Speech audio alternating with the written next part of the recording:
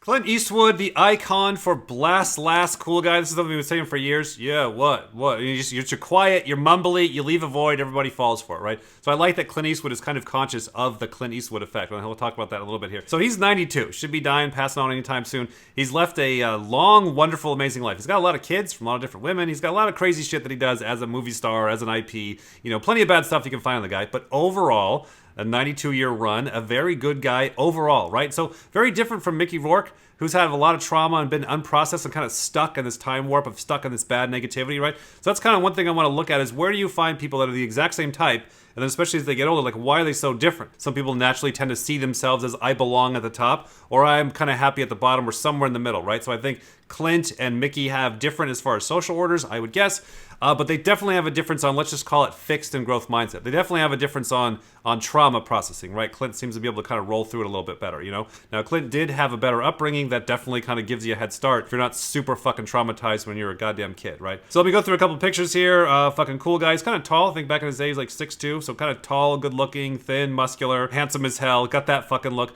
And again, notice the visual. We'll see this with the visuals. They'll do a lot of art in colors like Mickey Rourke, but they'll also have these eyes, man. As it's very an interesting thing that they're visual with visual eyes. Not all the time, but most of the time. And here he is with his family. There's, you know, funny cool guy, his son. We looked into him. And here's his daughter. She's about 50.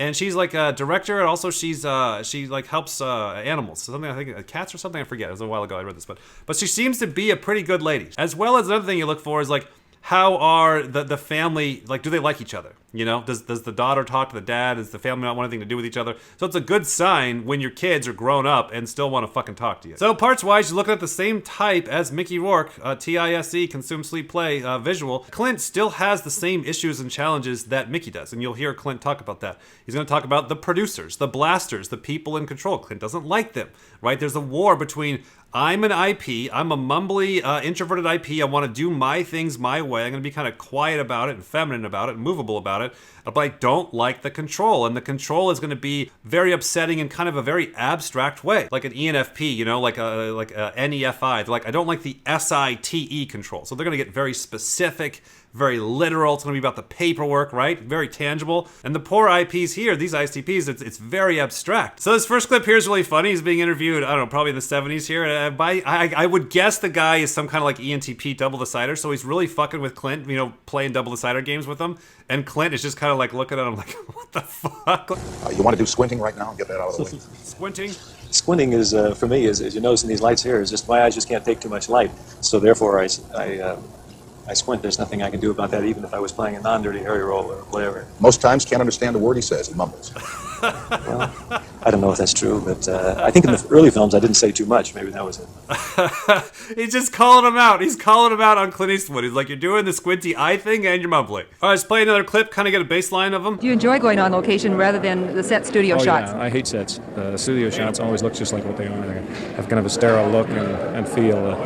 And you know, natural set like this, you can't build a set as good as this. Right, this is so true. The paint peeling off the walls and everything. They're so untypical Hollywood. Well, I don't know what is typical Hollywood, but I guess there is kind of a reputation that precedes movie companies of, you know, people that are a little taken up with themselves, but I don't think any of this crew that we have is that way. The pompous producers, and then I'm not sure if we're that way, so kind of unsure of who the tribe is. Not sure if we're coming off that way, not sure who they are, but you get little leak outs of like, yeah, those pompous producer guys up there, right? All right, this next clip here is going to talk a little bit about how to be a cool guy. During all that time when you were moving around from place to place, was that hard for you as a young kid to meet new friends and always be the new kid on the block? Yeah, it is hard. I think it's probably a great experience. Like you can find something good out of anything bad, but I would have preferred to stay in a neighborhood where you know the same people and enjoy the same people throughout your growing years, but I suppose there's benefits to it. You learn to get along with a lot of different people from a lot of different places. So Clint's childhood was not like Mickey Rourke. It wasn't filled with horrible abuse, right? But it was still a little bit challenging. He had to move around a lot. So like this flow state thing is something I keep kind of thinking about and coming back to. It's like you want some anxiety, you want some tension where it's like Clint didn't get his way. He didn't get like, well, I just got to blast last and sit around with the same old people and not have to be challenged socially. And that's kind of what I wanted. That would be a little bit too easy. We're noticing that with Cody as well. Like we're trying to get him settled. By the time he gets to high school, we're kind of in one place, kind of staying. So we got the same group of friends from like high school to college or whatever. But when he's younger, like when he's at a school that he really doesn't like, it's horrible, it's really bad. So we actually just had him go to another school, and we moved. Like, yeah, why not? You can go to the old school, or you can go to the new school. It's really kind of up in the air. What do you want to do? He's like, I want to go to the new school. I'm like, okay, good. I was kind of hoping for that because kind of get a restart. You know, you get stuck in these are the same friends. You get caught in a routine. You get branded a certain way. You're like, I need a Jaleel White rebrand myself. You know, so Cody's kind of trying that out at the new school, going really good, right? The point is for Clint. He's got some challenge, but not too much challenge, kind of in a good flow state kind of model where it's not too much. Where Mickey Rourke seemed to be way too hard and way too much intense stuff that he couldn't process as a young kid. As you look back on those things, I mean, he's retired now, I guess, in your mind, right? He's done. We're not seeing Harry He's anymore. out fly fishing somewhere. He's gone away. Harry is Fly fishing. gone away. Hanging out in the hills, yeah. He was a good character, though, a very powerful character that meant a lot to a lot of people. Did you ever really figure out why everybody just bit into Harry so much? I think he was a guy who just fought the system, fought the bureaucracies Fought of the producers. today, and people like that because everybody's frustrated about the bureaucracy of today. Every time you go make an application and wait in a line for a government deal or a driver's license or the post office or whatever, we're always mired down in bureaucracy, and they have a guy who's speaking out for the average person, and also he was concerned about the rights of victims of violent crime, which is ageless. See what I'm talking about? The demon NF blast. Everybody's frustrated at the bureaucracy. Bureaucracy being a category. Clump it all in there. This isn't SITE specific. The way that you can type the next IP or the next ISTP that comes through your fucking life is you have to have that story downloaded. You have to like pause, which nobody does, and really kind of take in, have your own fucking drama, emotions, trauma processed and put off to the side and resolved so your mind is fucking calm and not going 100 miles an hour like I fucking see everybody, just non-present state, right? So get your own shit calmed down so you can get in a really empty state and be like, all right, I am an IP, I am TISE, and I am abstractly frustrated with the bureaucracy. We all feel this way. We all go to line the DMV and we're frustrated. But imagine something in there that's the biggest fucking frustration you ever have, and you really kind of take that on, and you load up that story, and you really feel that to an intensity. You're like, okay, that's what the TISE is feeling. Going to acting schools over the years, and then just sort of observation. You watch people act, and then you kind of different drama coaches. Sometimes I used to know a drama coach who said, "Don't just do something, stand there." In other words, there was sort of just a parody on the old saying, and they would do.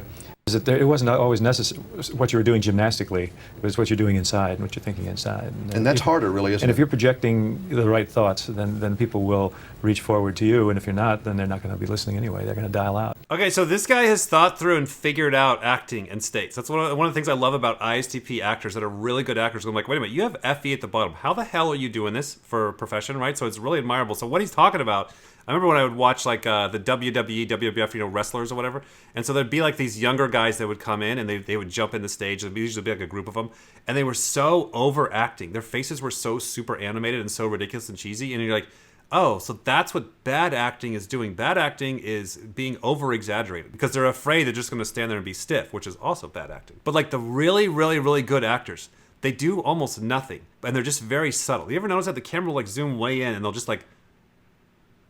So real quick, you got Clint Eastwood and Mickey Rourke. So what are the differences? One, we can say they're some type of a different social type, or they see themselves differently. I'm not sure about Mickey. He either sees himself as the top, or he's really, really frustrated that he's not at the top and other people are trying to hold him down, or he sees himself at the bottom, where it's just forever self-defeating and always knocking himself down. I don't know. I don't have this stuff fully defined yet, but he seems to see himself as either the top guy ever and he's frustrated, or the bottom guy ever and he's frustrated. So he just seems to be very frustrated. Clint seems to see himself more in the middle, maybe middle high, maybe somewhere around number 2 or whatever.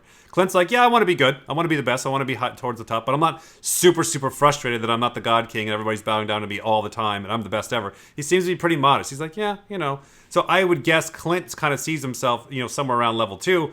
Mickey, level 1, level 4. It's hard to get a read on the guy, And I remember that's something that Tony Robbins talks about a lot of like, happiness and or depression. That coin is like your inside world and your outside world aligning, right? So we know that with the functions, that just seems to be like level 1 or so. It's like, I'm an observer and I'm frustrated. Things aren't lining up. Like, okay, let me tell you about double observing and how to like get your inside world and outside world to line up, right? The more I can create a worldview that accepts chaos and that flow state, that mind state expands, then when there is chaos, well, then my worldview is aligning. I can't even tell you how much that's changed my life. And then when bad things happen, I'm not so super fucking traumatized because my worldview accepts I don't like it, but I'm not traumatized. Right? I'll see a lot of these guys that see themselves as number ones, or I'll meet people in normal life that they're like, yeah, I got to be the best. I'm like, you're fucking 12 and you kind of suck. Like, You sure you want to be the best? I don't want to be the best. There's like 8 billion people on the planet. I'm never going to be the best at fucking anything.